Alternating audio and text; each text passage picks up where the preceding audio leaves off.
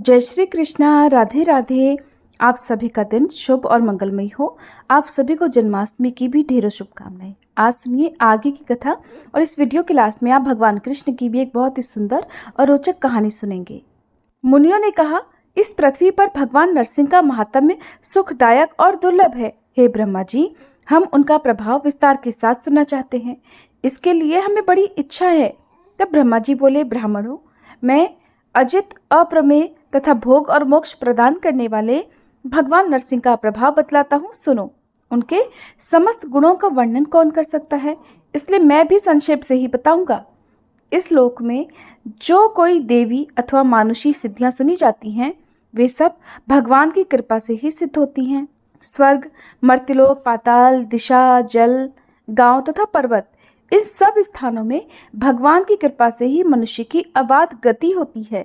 मुनिवरों, सनातन कल्पराज अर्थात पूजा की सर्वश्रेष्ठ विधि और नरसिंह जी का तत्व, जिसे देवता या असुर भी नहीं जानते, तुम्हें बताता हूँ, सुनो। उत्तम साधक को चाहिए कि साग, जौ की लपसी, मूल, फल, खली अथवा सत्तू से भोजन की आवश्यकता पूर्ण करे या फिर केवल दूध पीकर रहे। इंद्रियों को वश में रखकर धर्मपरायण होकर रहे। वन, एकांत प्रदेश, पर्वत, नदी संगम, ऊसर, सिद्ध क्षेत्र या फिर नरसिंह जी के मंदिर में जाकर या स्वयं स्थापना करके भगवान की विधि पूर्वक पूजा करे। शुक्ल द्वादशी को उपवास करके जितेंद्रिय भाव से 20 लाख बार भगवान के मंत्र का जाप करे। ऐसा करने वाला भक्त उपपातक और महापातकों से युक्त होने पर भी मुक्त हो जाता है। पहले भगवान नरसिंह की परिक्रमा करके चंदन और धूप आदि के द्वारा उनकी पूजा करे।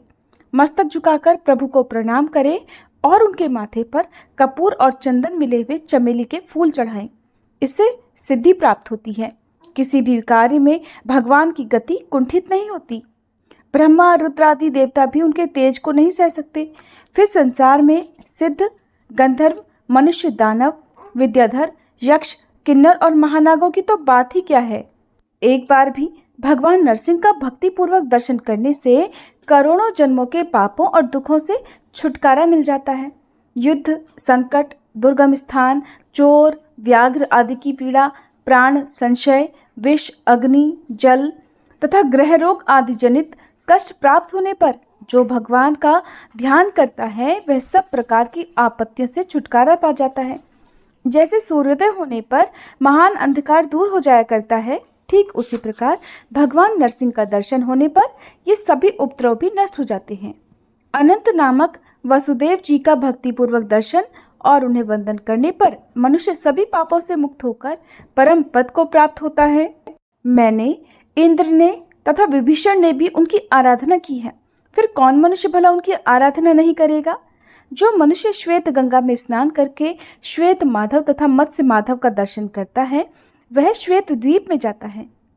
तब मुनियों ने कहा, हे भगवान, अब आप श्वेत माधव के महात्म्य का पूरी तरह से वर्णन कीजिए। साथ ही भगवान की प्रतिमा का वृतांत भी विस्तार के साथ बताइए कि धरती में विख्यात भगवान के पवित्र क्षेत्र में श्वेत माधव की स्थापना किसने की थी। तब ब्रह्मा जी इस प्रकार बोले कि हे मुनिवरों, सतयुग में श्वेत नाम के एक बलवान राजा थे। बड़े बुद्धिमान, धर्मज्ञ, शूरवीर, सत्य प्रतिज्ञ और दृढ़तापूर्वक व्रत का पालन करने वाले थे। उनके राज्य में 10,000 वर्षों तक मनुष्य की आयु होती थी और किसी भी बालक की मृत्यु नहीं होती थी, अर्थात किसी की भी अकाल मृत्यु वहां नहीं होती थी। इस प्रकार राजा श्वेत के राज्य में कुछ समय व्यतीत होने के बाद एक घटना घटित हुई। कपाल गौतम नामक एक परम धर्मात्मा ऋषि थे। उनका एक पुत्र हुआ जो कालवश दांत निकलने के पहले ही चल बसा। उसे गोद में लेकर बुद्धिमान ऋषि राजा के पास आए। राजा ने ऋषि कुमार को अचेत अवस्था में सोया देखकर उसको जीवित करने के लिए प्रतिज्ञा की। राजा बोले, अगर यमलोक में गए हुए इस बालक को मैं 7 दिन के भीतर ना ला सकूं तो मैं जलती हुई चिता पर चढ़ जाऊंगा। ऐसा कहकर राजा ने लाख नील कमलों से महादेव जी की पूजा करके उनके मंत्र का जप आरंभ कर दिया। जगदीश्वर भगवान शिव राजा की अत्यंत भक्ति का विचार करके पार्वती जी के साथ उनके सामने प्रकट हुए और बोले, राजन, मैं तुम पर बहुत प्रसन्न हूँ। महादेव जी का ये वचन सुनकर राजा श्वेत ने सहसा उनकी ओर देखा। वे सब अंगों में भस्म रमाए हुए थे। उनके शरीर की कांति शरतकालीन चंद्रमा और कुंद के समान थी। उनके नेत्र विकट थे, व्याघ्र चर्म का वस्त्र और उनकी ललाट में चंद्रमा की रेखा थी। उन पर नजर पड़ते ही राजा ने सहसा पृथ्वी पर गिरकर उन्हें प्रणाम किया और फिर कहा, प्रभु, अगर आप मुझ पर प्रसन्न हैं और अगर आपकी मुझ पर दया है तो काल के वश में पड़ा हुआ ये ब्राह्मण बालक पुनः जीवित हो जाए। यही मेरी प्रतिज्ञा है। महेश्वर, आप इसे यथायोग्य आयु से युक्त और कल्याण का भागी भी बनाएं। श्वेत की ये बात सुनकर महादेव जी को बड़ी प्रसन्नता हुई। उन्होंने सब भूतों को भय देने वाले काल को आज्ञा दी और काल ने मृत्यु के मुख में पड़े हुए उस बालक को जीवित कर दिया। इसके बाद वे देवी पार्वती के साथ अंतर्ध्यान हो गए। फिर राजा ने हजारों वर्षों तक एकाग्रचित्त होकर राज्य किया। फिर लौकिक धर्मों और वैदिक नियमों का विचार करके भगवान केशव की आराधना का निश्चित व्रत ग्रहण किया। इसके बाद वे दक्षिण समुद्र के पुरुषोत्तम क्षेत्र में गए और जगन्नाथ जी के पास ही सुंदर रमणीय क्षेत्र में एक सुंदर मंदिर बनवाया और श्वेत शिला के द्वारा भगवान श्वेत माधव की प्रतिमा बनवाकर विधि पूर्वक उसकी प्रतिष्ठा की। उस समय ब्राह्मणों, दीनों, अनाथों और तपस्वियों को दान देकर राजा ने भगवान माधव के समीप पृथ्वी पर गिरकर साष्टांग प्रणाम किया। फिर 1 महीने तक मौन और निराहार रहकर द्वादशाक्षर मंत्र का जप किया। जब समाप्त होने पर भगवान देवेश्वर की इस प्रकार स्तुति आरंभ की। श्वेत बोले, ओम वासुदेव को नमस्कार है, सबको अपनी ओर खींचने वाले संकर्षण को नमस्कार है। अत्यंत द्युतिमान प्रद्युम्न, कभी रुद्ध न होने वाले अनिरुद्ध तथा नारायण को नमस्कार है। जिनके अनेक रूप हैं, जो विश्व रूप, विधाता, निर्गुण, शुद्ध और उज्जवल कर्म वाले हैं, उनको नमस्कार है। जिनकी नाभि में कमल है, जो पद्म गर्भ ब्रह्मा जी की उत्पत्ति के कारण है, उनको नमस्कार है। जिनका वर्ण कमल के समान है, जो हाथ में भी कमल लिए रहते हैं, उनको नमस्कार है। जिनके नेत्र कमल के समान हैं, जो सहस्त्रों नेत्रों से युक्त और शिव स्वरूप हैं, उन्हें नमस्कार है। जिनके सहस्त्रों पैर और सहस्त्रों भुजाएं हैं, उन मन्यु रूप परमेश्वर को नमस्कार है। ओम वराह रूपधारी भगवान को नमस्कार है। जो वर देने वाले, उत्तम बुद्धि से युक्त, वरिष्ठ, वरेण्य, शरणागत रक्षक और अपनी महिमा से कभी च्युत न होने वाले हैं, उन भगवान को प्रणाम है। ओम बाल रूपधारी, बाल कमल के समान कांतिमान, बाल सूर्य और चंद्रमा रूप नेत्रों वाले, मनोहर केशों से सुशोभित, बुद्धिमान भगवान विष्णु को प्रणाम है। केशव को नमस्कार है, नारायण को नित्य नमस्कार है। सर्वश्रेष्ठ माधव और गोविंद को नमस्कार है। ओम विष्णु को नमस्कार है। मधुसूदन को प्रणाम है। शुद्ध स्वरूप और किरणों को धारण करने वाले भगवान को नमस्कार है। अनंत को नमस्कार है। सूक्ष्म रूप और श्री वत्सधारी को नमस्कार है। हे गोविंद, मेरी रक्षा कीजिए। आप ही इस संसार से मेरा उद्धार कर सकते हैं। ये संसार समुद्र मोह रूपी जल से भरा हुआ है। इसके पार जाना असंभव है। मैं इसमें गले तक डूबा हुआ हूँ। पुंडरीकाक्ष, आपके सिवा दूसरा कोई ऐसा नहीं जो इससे मेरा उद्धार कर सके। उस विख्यात दिव्य पुरुषोत्तम क्षेत्र में राजा श्वेत के इस प्रकार स्तुति करने पर देवाधिदेव जगतगुरु श्री हरि उनकी भक्ति का विचार करके संपूर्ण देवताओं के साथ राजा के सामने आए। नील मेघ के समान श्याम वर्ण, कमल पत्र के समान बड़ी बड़ी आंखें, हाथों में दैदीप्यमान सुदर्शन, बाएं हाथ में पंचजन्य शंख तथा अन्य हाथों में भी गदा, शारंग, धनुष और खड्ग, यही उनकी झांकी थी। भगवान ने कहा, राजन, तुम्हारी बुद्धि बड़ी उत्तम है। तुम में पाप का लेश भी नहीं है और मैं तुम पर बहुत प्रसन्न हूँ। तुम अपनी इच्छा के अनुसार कोई उत्तम वर मांगो। देवाधिदेव भगवान का यह अमृतमय वचन सुनकर महाराज श्वेत ने मस्तक नवाकर उन्हें प्रणाम किया और उन्हीं में मन लगाते हुए कहा, भगवान, अगर मैं आपका भक्त हूँ तो मुझे ये उत्तम वरदान दीजिए। ब्रह्मलोक से भी ऊपर जो अविनाशी वैकुंठ धाम है, जिसे निर्मल, रजोगुण रहित, शुद्ध और संसार की आसक्ति से शून्य बताया गया है, मैं उसी को प्राप्त करना चाहता हूँ। जगतपते, आपकी कृपा से मेरा ये मनोरथ सफल हो। तब श्री भगवान बोले, राजन, संपूर्ण देवता, मुनि, सिद्ध और योगी भी जिस रमणीय और रोग शोक रहित पद को प्राप्त नहीं होते, उसे तुम ही प्राप्त करोगे। संपूर्ण लोकों को लांघ कर मेरे लोक में जाओगे। यहाँ तुमने जो कीर्ति प्राप्त की है वह तीनों लोकों में फैलेगी और मैं सदा ही यहाँ निवास करूँगा। इस तीर्थ को देवता और दानव आदि सब लोग श्वेत गंगा कहेंगे। जो कुश के अग्रभाग से भी श्वेत गंगा का जल अपने ऊपर छिड़केगा वह स्वर्गलोक में जाएगा। जो यहाँ स्थापित श्वेत माधव नाम की प्रतिमा का दर्शन और उसे प्रणाम करेगा वह देह त्याग कर भगवान का स्मरण करते हुए शांत पद को प्राप्त होगा। अब मुनियों ने पूछा, हे ब्रह्मा जी, भगवान श्री कृष्ण का स्नान किस समय और किस विधि से होता है? विधि क्यों में श्रेष्ठ, हमें उसकी विधि भी बताइए। तब श्री ब्रह्मा जी ने जो कुछ भी बताया उसका वृतांत आप सभी अगले अध्याय में सुनेंगे। अब सुनिए आज भगवान कृष्ण के जन्मोत्सव की कथा। देवराज इंद्र के आग्रह करने पर देवर्षि नारद ने उन्हें श्री कृष्ण जन्माष्टमी की व्रत कथा बताते हुए इस प्रकार कहा, हे देवराज इंद्र, द्वापर युग की बात है। उन दिनों मथुरा में उग्रसेन नाम के एक राजा थे। स्वभाव से तो वो बहुत सीधे साधे थे। यही कारण था कि उनके पुत्र कंस ने ही उनका राज्य हड़प लिया और स्वयं मथुरा का राजा बन बैठा। कंस की एक बहन थी जिनका नाम देवकी था। कंस अपनी बहन देवकी से बहुत प्रेम करता था। देवकी का विवाह वसुदेव से तय हुआ तो विवाह संपन्न होने के बाद कंस स्वयं ही रथ हाँकते हुए अपनी बहन को उनकी ससुराल छोड़ने के लिए तैयार हुआ। स्कंद पुराण के अनुसार जब वह अपनी बहन को छोड़ने के लिए जा रहा था तभी एक आकाशवाणी हुई कि जिस बहन को वह इतने स्नेह से विदा करने स्वयं ही जा रहा है, उसी बहन का 8वां पुत्र हे कंस तेरा संहार करेगा। ये सुनते ही कंस क्रोधित हो गया और देवकी और वसुदेव को मारने के लिए जैसे ही आगे बढ़ा तभी वासुदेव ने आगे बढ़कर कहा कि वह देवकी को कोई नुकसान न पहुंचाए।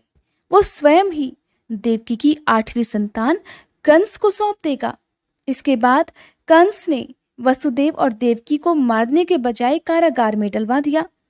कारागार में डालते ही देवकी ने कुछ समय के बाद 7 संतानों को जन्म दिया। कंस ने सभी को एक एक करके जमीन पर पटक कर मार दिया।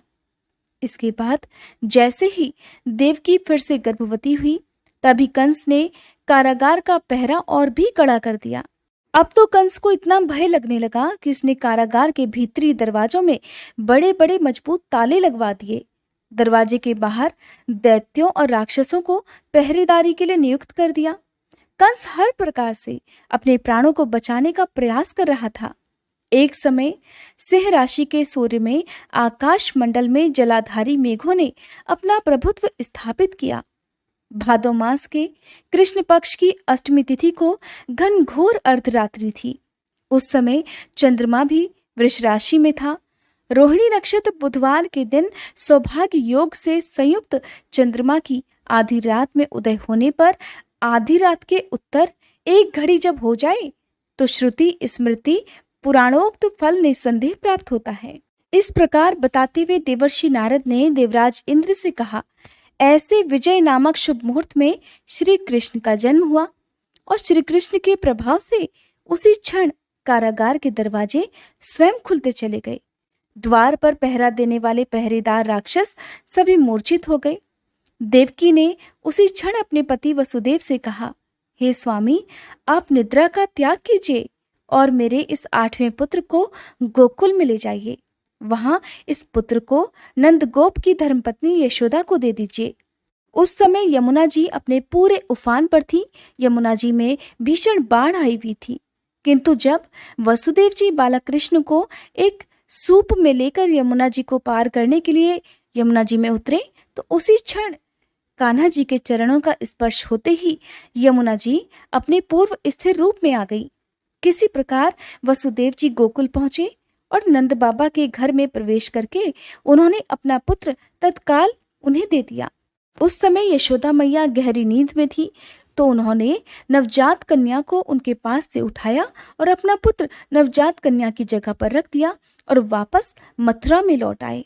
प्रातःकाल होने पर जब सभी राक्षस पहरेदार निद्रा से जागे तो कंस ने द्वारपालों से पूछा कि अब देवकी के गर्भ से क्या हुआ, इस बात का पता लगाकर मुझे बताओ।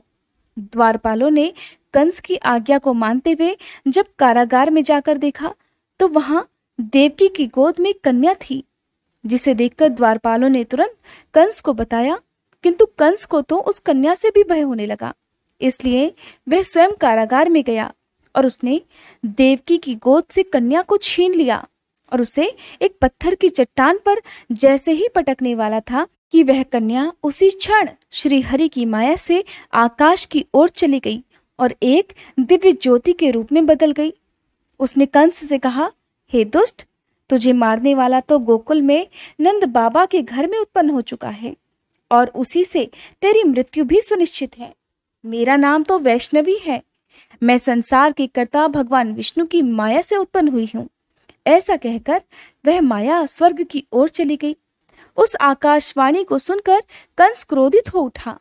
उसने नंद बाबा के घर में पूतना राक्षसी को कृष्ण का वध करने के लिए भेजा, किंतु जब वह राक्षसी श्री कृष्ण को स्तनपान कराने लगी तो श्री कृष्ण ने उसके स्तनों से उसके प्राणों को ही खींच लिया और वह राक्षसी कृष्ण कृष्ण कहते हुए मृत्यु को प्राप्त हो गई।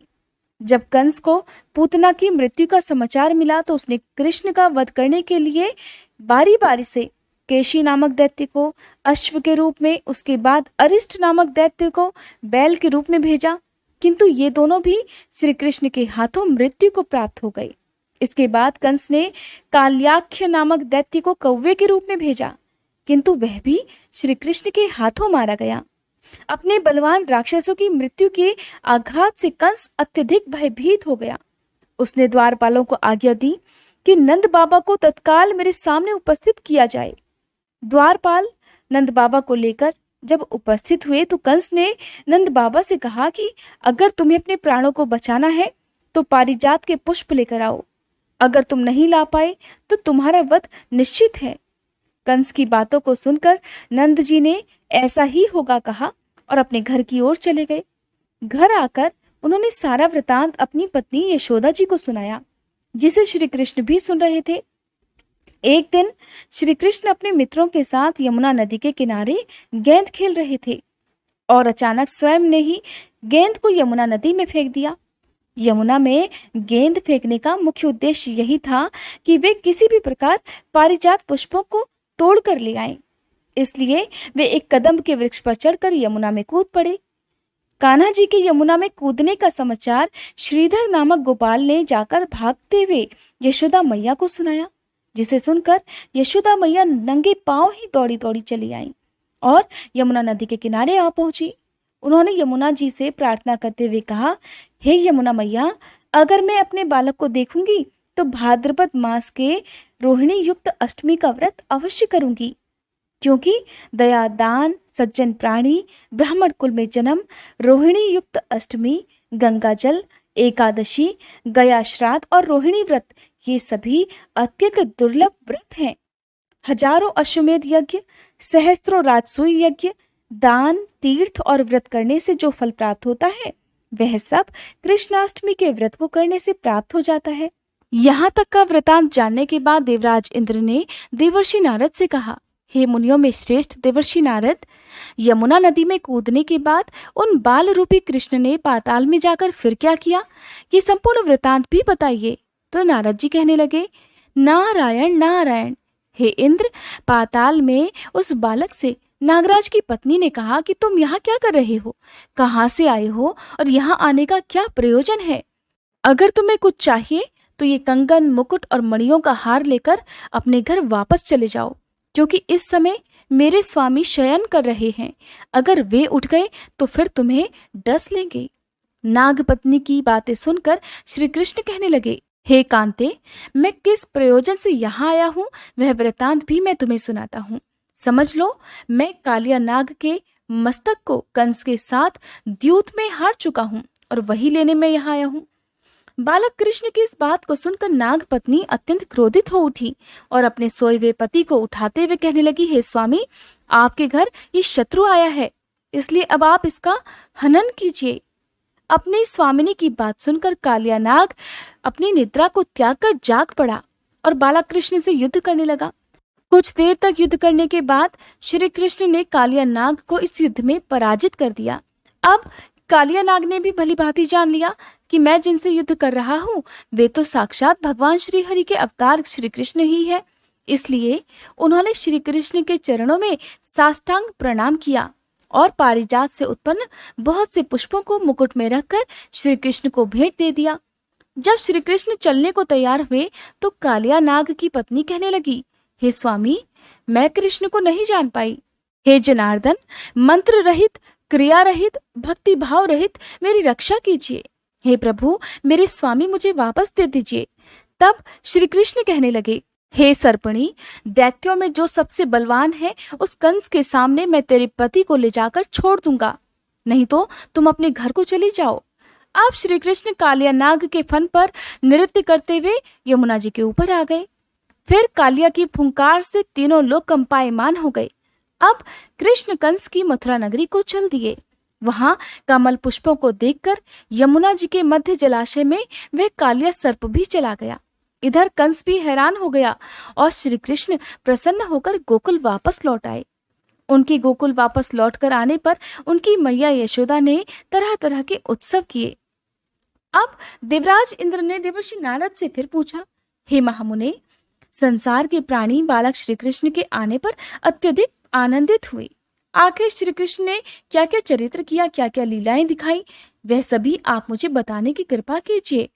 तब देवर्षि नारद ने देवराज से कहा, हे देवराज, मन को हरने वाला मथुरा नगर यमुना नदी के दक्षिण भाग में स्थित है। वहां कंस का महाबलशाली भाई चाणूर रहता था। उस चाणूर से श्री कृष्ण के मल्ल युद्ध की घोषणा की गई। हे इंद्र, श्री कृष्ण और चाणूर का मल्ल युद्ध अत्यंत आश्चर्यजनक था। चाणूर की अपेक्षा कृष्ण बाल रूप में भी थे। भैरी शंख और मृदंग के शब्दों के साथ कंस और केशी इस युद्ध को मथुरा की जनसभा के बीच में देख रहे थे। श्री कृष्ण ने अपने पैरों को चाणूर के गले में फंसाकर उसका भी वध कर दिया। चाणूर की मृत्यु के बाद उनका मल्ल युद्ध केशी के साथ हुआ। अंत में केशी भी इस युद्ध में कृष्ण के द्वारा मारा गया। केशी की मृत्यु के बाद मल्ल युद्ध देख रहे सभी प्राणी श्री कृष्ण की जय जयकार करने लगे। बालक कृष्ण द्वारा चाणूर और केशी का वध होना अब तो कंस के लिए अत्यंत हृदय विदारक हो गया।